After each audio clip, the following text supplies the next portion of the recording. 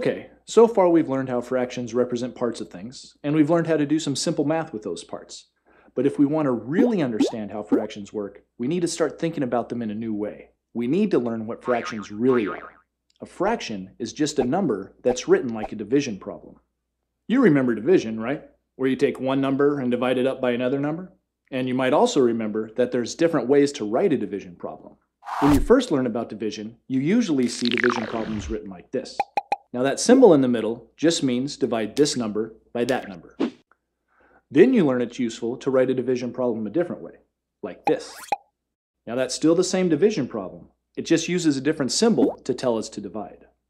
So that's two different ways to write the same division problem. But wait, there's more.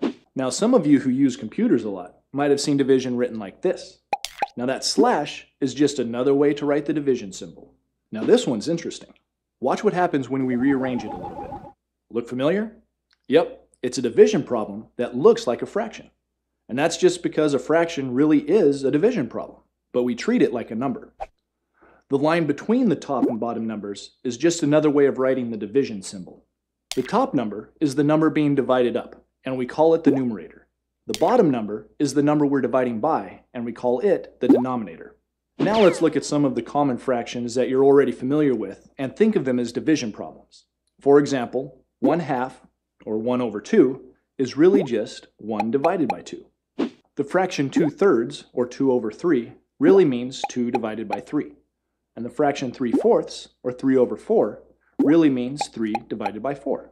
Thinking about fractions like little division problems might seem strange to some of you, especially because these division problems show smaller numbers being divided by larger numbers. You may not have seen that before. You might not have even thought it was possible, but you can divide a smaller number by a bigger one. It just means that the answer you get is going to be smaller than 1. If the idea of dividing a smaller number by a bigger one seems confusing to you, don't worry. It's going to make a lot more sense in the next section when we learn about decimal numbers and how they relate to fractions. Let's review what we've learned so far.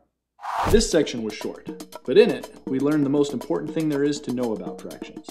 We learned that fractions are numbers that are written like division problems. The line between the top and bottom numbers is another form of the division symbol. That tells you to divide the top number by the bottom number. The top number is called the numerator, and the bottom number is called the denominator. It might be a new idea to you, but you can divide a smaller number by a bigger number. This was a really important concept we covered, so be sure to do the exercises before you move on. Learn more at mathantics.com.